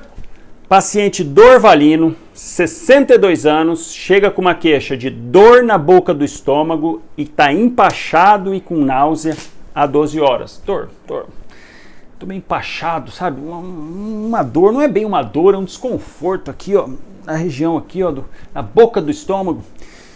Não sei, sabe, parece que eu fico arrotando, parece que não fez digestão, não sei se é alguma coisa que eu comi, e ó, não tá com tanta dor, tudo bem. E a uma hora eu comecei a vomitar, ficar com a boca amarga, vômito, acho que Acho que foi alguma coisa que eu comi que não tá legal. Tá, até aí você não consegue ainda pensar em muita coisa, porque ele nem tá com tanta dor. Frequência cardíaca de 118, PA 90/60, frequência expiratória aumentada, saturação de 90. Caramba, peraí, com esse contexto aqui, tá meio esquisito, né? Tá uma história meio... não emociona tanto, a questão da dor, que é o que, quando vem com dor abdominal, é o que chama bastante atenção pra gente, mas, poxa, tá com sinais vitais aí meio ruins. Caramba, olha como que, a princípio, que você ainda tem um leque imenso de coisas para você pensar, mas olha isso aqui. Para vocês que já estão aqui, que já viram aula de sepse, que já viram aula de dor abdominal, que já viram aulas várias, que eu sempre chamo atenção para os sinais vitais, para a gente sempre ter isso em mente, já acender um alerta. Você, peraí, a coisa não está batendo aqui. Uma história dessa, meio mal definida, o paciente já chega com sinais meio graves, meio grave, sua cabeça já tem que pensar, será que é uma isquemia mesentérica? Não tem história de febre, não vamos pensar em colangite, não está ictérico. Pancreatite é uma que chama atenção. Um IAM de parede inferior? Pode ser, não descarto totalmente. Uma frequência respiratória aumentada, uma alteração, caramba. Vamos fazer o seguinte, a gente sabe... Aí pergunta, vamos esmiuçar mais. Mas essa dor, ela é contínua? Ela vai e vem? Como que é? Ah, doutor, é um negócio fincando aqui nessa parte e fica meio que aqui em cima. E aí eu acho que é nas costas também. E aí eu fico... E aí esse tempo eu fiquei meio nauseado, achei que tinha sido alguma coisa. Fui comer um negocinho ali, nossa, aí que doeu. Opa, aí você já começa... peraí. O senhor bebe? Não. De vez em quando, tá? Não fecha, porque tem que beber 4, 5 doses diárias por 14, por 15, 20 anos. Então não chamou muita atenção. O senhor sabe se o senhor tem pedrinha na vesícula? Ah, doutor, nunca fiz exame. Aí já fica mais difícil. O senhor toma alguma medicação? Não tomo, não tem nada, não tem problema de pressão alta, não tem problema de diabetes. Diabetes é uma das coisas que pode predispor um aumento da chance também de pancreatite a longo prazo, enfim. Causas autoimunes, tem uma série de outras causas, mas as principais você já chamou atenção ali. Fala, peraí, então não fechou. Vamos fazer o seguinte, se ele tiver condição... Vamos fazer exame, vamos levar para o raio-x? Vamos levar para o raio-x primeiro. O senhor está, apesar disso, ou se for rápido ali, você pode fazer, ou se você quiser já fazer uma hidratação, fazer uma medicação para depois mandar assim. Vamos supor que ele já fizesse rapidinho um raio-x. E o raio-x fosse esse. E aí? Olha só. O que está acontecendo aqui, pessoal? Que já... Opa! Olha isso daqui. Um derrame pleural à esquerda. Cadê aqui ó, a cúpula? Cadê aqui ó, o seio costofrênico esquerdo? Não tem. Ou está com atelectasia, ou está com uma pneumonia. Opa, a princípio você já detectou. Olha o abdômen. Está com a famosa alça sentinela. Fica aqui, ó, o pâncreas estaria aqui. E ele pode paralisar e deixar cheio de gás aqui, ó, faz um stop e deixa depois com gás aqui no ângulo esplênico. Essa história, opa, com esse raio-x, com essas... Já vi que tem alguma coisa no pulmão, pode ser uma pneumonia, pode ser do pulmão, mas aí dando esse sintoma gástrico, assim, nessa região abdominal, não tá batendo isso não. Você já começa aqui, ó, opa, vamos fazer o seguinte, vamos levar para emergência, porque, ó, com esses sinais vitais, primeira coisa, emergência... Não sei o que é ainda, jejum. Você não tem noção ainda do que está acontecendo, vamos deixar em jejum. Cabeceira elevada, saturação está no limite. Vamos pedir para colher exame, isso já entraria ali, mas aqui ó, você pode fazer uma analgesia, como a dor está muito forte, não, tá... Vou fazer um tramal, apesar que ele tá, eu já falei, tramal da náusea, mas seria uma opção, ou fazer, agora eu quero fazer morfina também. Então vamos fazer morfina, 2 miligramas. Tá hipotenso, 2 miligramas dá para você fazer, porque a gente vai entrar com volume também. Vamos ver se com volume dá uma melhorada. Uma outra coisa que a gente pediria também, assim que possível, um eletrocardiograma de 12 derivações. Porque tem que descartar um IAM de parede inferior. Você poderia até esperar, consegue fazer um eletro rapidinho? Consegue, então espera a morfina, vamos fazer. Porque se for, já faço volume e não morfina. Enfim, faz o eletro, tá normal o eletro, não tem nada, não tem desnível, não tem infradesnivelamento, nem supra, nem inversão de onda T, enfim, tem nada. Caramba, então a princípio não é um IAM, com isso de repercussão, com aquela ali no tórax, não é. Então vamos fazer, ó, 2 miligramas e ver. Você faz naquele esqueminha de diluir. Depois, vamos fazer volume. Um paciente previamente rígido a princípio, não sabe se tem alguma coisa cardíaca, então ele não tem. Vamos correr aí, ó, 1000 de volume, tá hipotenso, taquicárdico. Pode correr, opa, 100 não, 1000. E ver em meia hora. Porque a gente ainda não fechou. Se fechasse o diagnóstico de uma pancreatite grave, a gente já entraria com 20 ml por quilo. Ia perguntar o peso e fazer 70 quilos, 1.500. Mas vamos fazer IV, coloquei 2 IV, em 30 minutos. Vamos fazer. E aí, vamos supor que viesse uma amilase, você pediu, veio lá com leucocitose e veio com uma amilase de 700. Opa! 700? Mais de 3 vezes o valor de referência. Valor de referência até 115, passou bastante, 345 seria o limite. Tá 700, porque já tem bastante tempo de evolução, então já, caramba, 700. E opa, ele tem uma lesão de órgão-alvo, porque a gente já viu que o pulmão está acometido com o exame de imagem, e mais, está hipotenso, taquicárdico, frequência de saturação ali no limite. Se você tiver uma gaso, você vai pedir essa gaso para ver se a PaO2 está menor que 60, mas olha só, já te chamou a atenção que você viu que tem lesão de órgão-alvo. Ponto. Com isso aqui, e olha que a dor nem é tão característica, mas tem dor. Uma dor em faixa, ele não é tão intensa, tem paciente que acontece isso, é a minoria, mas acontece. Mas você já fechou o diagnóstico com amilase. Se tiver lipase, melhor ainda, e se tiver um exame de imagem, melhor ainda. Aí você fecha sem discussão. E aí aqui a gente já sabe que ela é moderadamente grave, já de imediato. Poderia fazer os critérios de Hanson, poderia fazer de Apache, Marshall, enfim, poderia, mas vamos ser prático ali, ó, para o dia a dia, para a gente resolver da melhor forma. Isso é, no mínimo, moderadamente grave. Como que eu vou saber se é grave? Depois de 48 horas. Ou quando o paciente já chega em pleno choque intenso, muito mal, rebaixado, às vezes com indicação de tubo. Esse você já coloca grave de imediato, porque você sabe que vai ficar assim mais de 48 horas. Aqui a gente ainda não sabe. Então é um moderadamente grave. Com essa amilase, vou fazer mais volume. Vamos fazer mais 500. Vou avaliando o sensório, ver se ele não está rebaixando. Vou fazendo volume. Vamos pedir para sondar. Sonda vesical de demora, quero ver o débito urinário, vamos lá hidratar, vamos cuidando, vamos vendo ali, ó, que se dá pra gente fazer alguma coisa a mais, se a dor tá melhorando, se a gente precisa deixar de horário, vamos deixar em jejum e observando, vai fazendo, através da diurese. Se você não tiver muito recurso num paciente desse, encaminha. Olha, eu tô com um paciente aqui, uma pancreatite, tá com 700. Um detalhe, viu? A amilase, o valor em si, também não tem relação com a gravidade. Não é porque um paciente chega com 5.000 de amilase é mais grave do que um de 700. Não, não tem nada a ver, é para o diagnóstico. Você já fez o diagnóstico.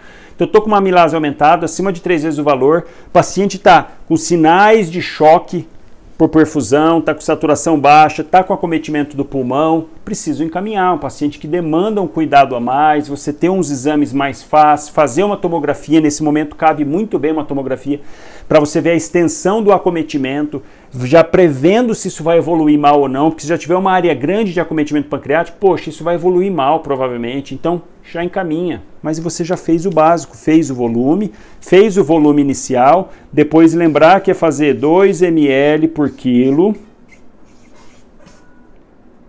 nas primeiras 24 horas, né? Por minuto nas primeiras 24 horas. Então você vai fazer paciente 4, 5.000 de volume, soro fisiológico ou Ringer lactato, tá? E vai contornando, mas você já brilhou, você já fez o diagnóstico, já pensou no problemão que aquilo está tendo a repercussão nesse paciente e já agiu do que dava para você fazer. Antibiótico aqui? Depende, se for ficar muito tempo, talvez entre, mas aí o ideal é você esperar, encaminhar ele para um centro maior, encaminhar para uma UTI, aí lá eles decidem se vai entrar ou não, porque isso é motivo de discussão, tá?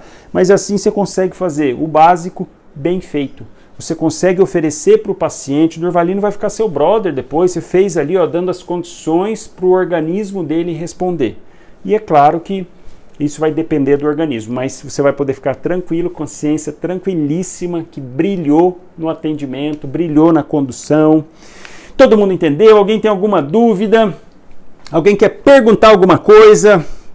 Vocês estão craque, brilhando aí ó, nos atendimentos? Porque tendo esse entendimento não vai passar batido nenhum, tenho certeza, certeza, pessoal. E ó, pode usar morfina, tá? Não queria falar, não, mas pode usar, fica, vai contrair lá, para. Se tiver morfina, usa. Morfina é seguro, não precisa ficar com medo, não. Meu amigo Arthur, e aí lembrando que eu vou colocar depois lá na plataforma, tá, pessoal? E umas coisinhas a mais ali que eu vou aprofundar, mostrar algumas coisas além, um pouquinho além. Eu raramente uso Plasil IV por medo da síndrome extrapiramidal. Na sua experiência, você já viu muitas síndromes extrapiramidais após Plasil? Já, Márcio, já algumas. Paciente que chega muito desidratado, geralmente você fica com medo. Paciente com dengue tem que ter um certo receio. Apesar que quando dá uma síndrome extrapiramidal, só é feio de ver, porque o paciente fica agitado, o familiar fica tenso, mas você faz uma prometazina depois, melhora e passa depois de uns 30, 40 minutos. Então, assim, é um pouco impactante de ver, mas não gera dano nenhum para o paciente, então não precisa ficar com medo não. Por isso que uma das coisas, você fazer lento, por isso que eu gosto de pôr no soro, ou de 100 ml ou de 500, porque aí corre em 30 minutos, diminui a chance de fazer. Você tem a opção de fazer bromoprida, que também pode dar síndrome extrapiramidal, mas dá menos. O Vonal é o outro que dá menos ainda. Então se você tiver a possibilidade, que é um danzetrona, se você tiver os 3 para fazer, o Dramin não dá. Então você pode fazer o Dramin, lembrando que dá sono. Vonal, que é o ondansetrona, né, o Nalzedron, e o bromoprida dá um pouco menos, e o Plasil é o que dá mais, até 10% dos pacientes. Mas não precisa ficar com medo, não. Poderia lançar mão de ranitidina naquela prescrição, doutor? Tarcísio, brilhante. É outro ponto que eu acabei não colocando, mas você tem que fazer inibidor de bomba. A indicação para esses pacientes é fazer omeprazol. Você pode começar com a ranitidina, já para ir diminuindo a acidez, e omeprazol, você vai deixar aí, esse paciente tem indicação de usar omeprazol pelo menos 14 dias, para diminuir a chance de fazer úlcera de estresse, tá? Então tem que fazer inibidor de bomba, muito bem lembrado. Melhor, professor, poxa, obrigado. Para pedir a tomografia na suspeita de necrose, depois de quantos dias? Janaína, você vai pedir a tomografia se o paciente estiver moderadamente grave ou grave, você vai pedir. E dali 48 horas você pede de novo. Tem um critériozinho, chama critérios de Baltazar, que ele já te dimensiona isso. Então você faz essas duas para comparar e dependendo da evolução do paciente, você vai ver se você vai repetir quando ou não. O paciente está evoluindo bem. Passaram-se uma semana, está evoluindo bem, de repente ele começa a piorar. Peraí, vamos repetir a tomo, pode estar fazendo um pseudocisto, infectado inclusive, pode estar fazendo uma necrose, pode estar fazendo uma fístula para o pulmão, enfim, você vai dosando, fazer de imediato, depois 48 horas. Se for na cirurgia, o que faz? Primeira coisa, doutora Márcia, chora, porque quando você precisa levar um paciente de pancreatite para cirurgia, puxa, é o desespero do desespero. O que a gente faz? Entra, vai lá no retroperitônio, lava a cavidade, tira com a mão, igual eu falei, parece uma pasta saindo, uma manteiga derretida, você lava, bota um dreno ali, porque vai ficar drenando a amilase, vai ficar drenando secreção pancreática, põe um dreno de tórax geralmente, pode pôr um outro dreno do outro lado, deixar lavando, faz umas coisas de desespero, pode deixar em peritoneostomia, que é deixar a barriga aberta, põe só a gente corta, por exemplo, de sonda vesical, corta o plástico e deixa lá, em peritoneostomia, bolsa de Bogotátil. Pode fazer o desespero que dá para fazer na hora, mas você chora. Quando liberar a dieta? Ivan, 12 horas você já está autorizado nos pacientes leves, moderado a grave, a partir de 24 já pode. Você pode fazer tanto nasointeral quanto oral. Parenteral, que é a NPT, só se ele continuar com ilho muito prolongado. Tem até uma historinha de na parenteral você fazer glutamina junto, que ajuda a proteger o enterócito, mas aí é um detalhe a mais. Mas 12 e 24 horas, tá? Só agradecer, eu que agradeço. Alex, obrigado. Suspeita, show, beleza. Qual o marcador mais específico da pancreatite? Amilase ou lipase? Lipase. Lipase é melhor, ela é mais sensível, aquilo que eu expliquei. A amilase pode ter salivar e a outra pode variar. Então, a lipase é melhor. 12 horas, faça reposição de eletrólitos. Se tiver alteração de eletrólito, você faz sim. Tem que ficar atento para isso. Uma excelente semana para todo mundo. Um grande abraço. Obrigado pela presença de todo mundo. Foi top essa interação com vocês. É sempre maravilhoso. Muito obrigado. Espero que vocês tenham aproveitado muito. Um grande abraço.